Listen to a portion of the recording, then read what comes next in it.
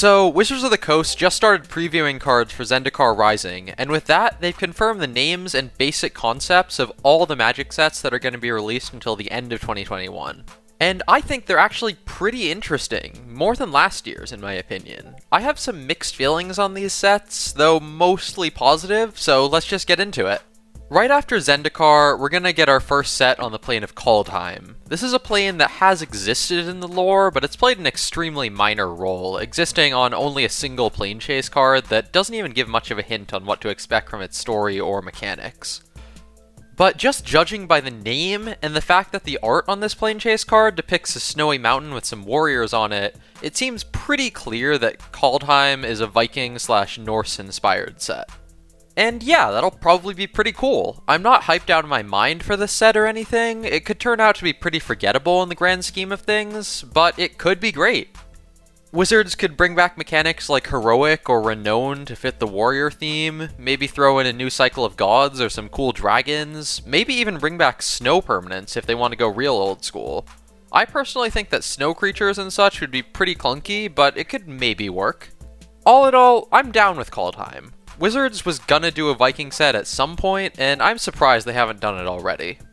Next up is Strixhaven, the School of Mages. For the first 30 seconds, I saw this announcement and I was just telling myself, what the hell? This is the stupidest set idea that I could have possibly imagined. Ravnica was stretching it enough by making the whole plane a city. Now you're telling me that the whole plane is a school? But in no time, I did a complete 180 and realized that this set will probably be amazing. First of all, Mark Rosewater did confirm that Strixhaven is just the name of the school, not the plane that it's on. So I'd guess that either the school is the central location of the entire world, or that it's actually like Harry Potter, where most people don't even know that magic exists, and that the school is just the center of the magical world. Both of those are great concepts.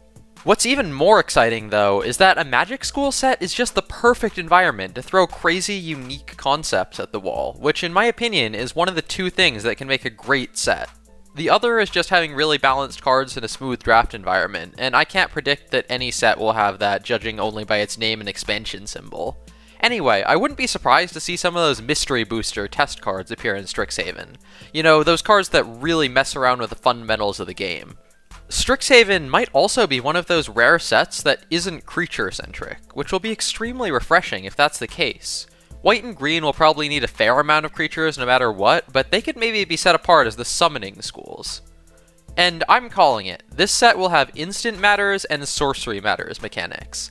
Not just cards that say whenever you cast an instant or sorcery spell. I mean cards that say whenever you cast an instant spell, and others that say whenever you cast a sorcery spell. All in all, I'm hyped for Strixhaven. It's my favorite of all the sets announced so far. Now, let's move on from the set I'm most excited about to the one I was most shocked by. Instead of getting a core set next summer, we're getting Dungeons & Dragons: Adventures in the Forgotten Realms. When I saw the announcement for this set, I immediately had to do a double take, and then a triple take, and honestly, I still don't fully believe it. I knew that we were going to get some crossovers from D&D into Magic. I mean, we've already got some, in the form of one-off tie-in cards and a mechanic in the new Zendikar set that feels pretty natural for the plane that it appears in. But I figured that this would be way more slow going. Maybe we'd get some D&D characters as alt-art reprints like the Godzilla promos in Ikoria, or maybe we'd eventually get a small set that wasn't standard legal. But nope, this is not a drill. We actually have a full-size, standard legal set based on the Forgotten Realms, and I'm not sure how to feel about that. I'm a big D&D player. A lot of the videos on this channel are D&D related, and I fully endorse the idea of Magic planes being turned into D&D setting books. In fact, I made a whole video on that. But I don't know if it's a good idea to go the other way around. First of all, this set is just an official announcement that D&D worlds are in the Magic multiverse and vice versa, which just entangles the canon of both games into a massive web of complications. Second, I'm just not sure the basic themes are going to translate between settings. There's no hint about the colors of mana or in D&D or anything like that. I can't say that Wizards won't do something like print Tiamat as a 5-color creature, since she has one head for each color of mana, even though in Magic terms, she doesn't have a single white or blue bone in her body. Still, I'm very curious to see what Wizards does with the set, even though I'm not a particularly big fan of the Forgotten Realms specifically.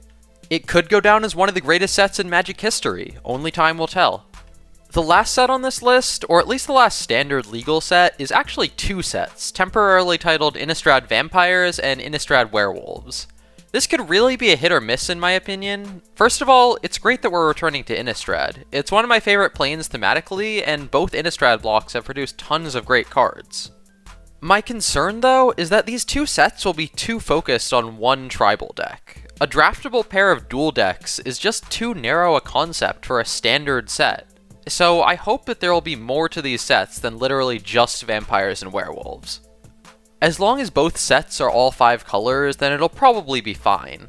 I really don't think it's possible to print lots of green vampires or blue werewolves, so they'll have to branch out. But if Wizards decides to make the vampire set 100% black-white and the werewolf set 100% red-green, then it'll probably be pretty lame. What would be cool though, no matter what, is if you draft werewolves, you end up playing against people who drafted vampires, and vice versa, so there is that versus aspect to it. I don't have a ton more to say about this set, but it is pretty far down the line, and I'm glad that we're revisiting Innistrad in a post-arena set.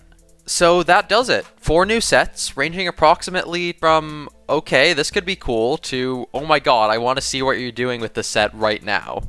Let me know what you think in the comments, and like and subscribe if you enjoyed, especially if you'd like to see more Magic-related content. See y'all later!